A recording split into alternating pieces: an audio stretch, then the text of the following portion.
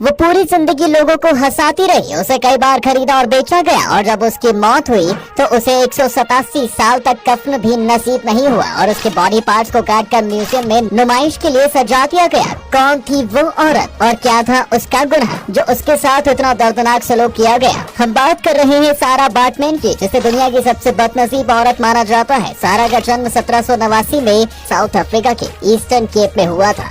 ये वो दौर था जब साउथ अफ्रीका में भारत की ही तरह अंग्रेजों का राज हुआ करता था। यहाँ लोगों को गुलाम बनाने के लिए खरीदा और बेचा जाता था। सहारा जब 2 साल की थी तब उसकी माँ की मौत हो गई और जब वो 4 साल की हुई तब उसके पिता भी उसे अकेला छोड़कर चले गए। लेकिन इसके बाद भी सारा ने किसी तरह खुद को जिंदा रखा, जिसमें उनकी मदद खोई खोई समुदाय के लोगों ने की। ये एक तरह की ट्राइब थी और क्योंकि सारा भी उसी समुदाय से थी, वक्त के साथ सारा भी बड़ी हो रही थी और वो लोगों की नजरों में आने लगी। लोगों की नजरें सारा पर जाने की वजह थी उसके बम्प्स। इनका साइज इतना बड़ा था कि सारा के पूरे शरीर में सबसे भारी पार्ट वही था। और तब सारा पर एक अंग्रेज अफसर विलियम डनलॉप की नजर पड़ती है, जो तब ब्रिटिश आर्मी के डॉक्टर थे। लेकिन ये डॉक्टर ज्यादा पैसे कमाने के चक्कर में अफ्रीका से जानवरों की चमड़ी लंदन में बेचा करते थे। और विलियम ने सारा को देखा तो उसके मन में उसे लंदन ले जाकर उसका शो करवाने का आइडिया आता है, क्योंकि उस वक्त पूरे यूरोप में इस तरह के अजीब शोज देखना एक अजीब चलन था, जिसके लिए लोग शो के टिकट लेकर देखने आते थे, जिसमें उनके सामने अजीब से दिखने वाले लोगों को खड़ा कर दिया जाता था।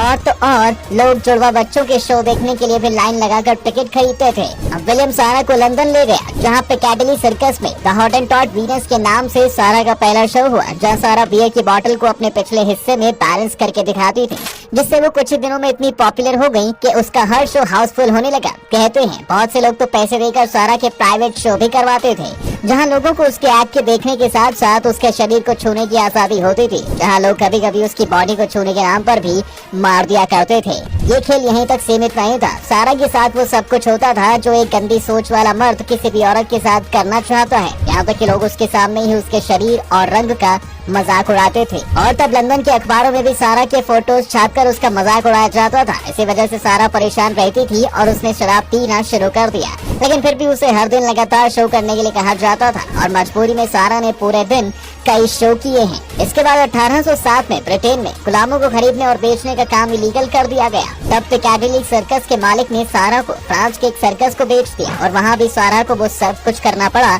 जो वो ब्रिटेन में करती आ रही थी। लेकिन 29 दिसंबर 1815 स्टेज शो के दौरान सारा की मौत सिर्फ 26 साल की उम्र में हो गई। लेकिन इसके बाद भी स्टेज शो को कैंसिल नहीं किया गया, बल्कि वहाँ बैठे लोग बेशर्मी से शो देखते रहे। और इतना सब होने के बाद भी सारा को दफनाया नहीं गया, बल्कि उसके साथ वो किया गया जिसकी वजह से उसे दुनिया की सबसे बदनसीब औरत कहा जाता है। दरअसल जब सारा की मौत हो गई तब फ्रांस के लोगों ने उसके शरीर से पिछले हिस्से को काट कर अलग करके प्रिजर्व किया गया और उसे बाद में एक म्यूजियम में लोगों के देखने के लिए रख दिया गया। और तो और उसके प्राइवेट पार्ट्स को भी प्रिजर्व करके म्यूजियम में रखा गया था, क्योंकि वो दूसरे लोगों के कंपैरिजन पड़े थे। इतना ही नहीं, उसे म्यूजियम में बाद में दुनिया को ये बताने के लिए कि सारा कैसी दिखती थी और उसका शरीर कैसा था, इसके लिए एक प्लास्टर कास्ट भी बनाकर रखा गया। और ऐसा 127 साल तक होता रहा। लेकिन 1994 में जब नेल्सन मंडेला साउथ अफ्रीका के प्रेसिडेंट बने, तब उन्होंने सबसे पहले दुनिया का ध्यान सारा के जिंदा रहते उसके साथ हुई क्रूरता पर ला दिया। साथ ही ये भी कहा कि कैसे फ्रांस के कुछ लोग सारा की मौत के सालों बाद भी उसके शरीर से पैसा कमा रहे हैं। नेल्सन मंडेला ने फ्रेंच गवर्नमेंट से सारा बाटमैन के बॉडी पार्ट्स और उनके प्लास्टर कास्ट की भी मांग की थी। मंडेला की कई कोशिशों के बाद 2004 में फ्रेंच गवर्नमेंट ने साउथ अफ्रीका को सारा की बॉडी और उनके प्लास्टर कास्ट साउथ अफ्रीका भेज दिए। और इस तरह सारा बाटमैन की मौत के 187 साल बाद उसके बर्थ प्लेस ईस्ट कैम्पटन में पूरे राजकीय सम्मान के साथ उसकी बॉडी को दफन किया गया। आज के वक्त में सारा की लाइफ पर कई बुक्स भी लिखी गई हैं। द हॉटेनटॉट वीनस को सबसे अच्छी बुक्स माना जाता है। सारा की लाइफ पर कई फिल्में बनी हैं, जिसमें साल 2010 में आई फिल्म ब्लैक वीनस और 1998 में बनी the life and the times of सारा बाटमैन सबसे अच्छी मूवीज हैं। आज सारा बाटमैन सिर्फ साउथ अफ्रीका में ही नहीं बल्कि पूरी दुनिया में ब्लैक लोगों की पहचान बन चुकी है।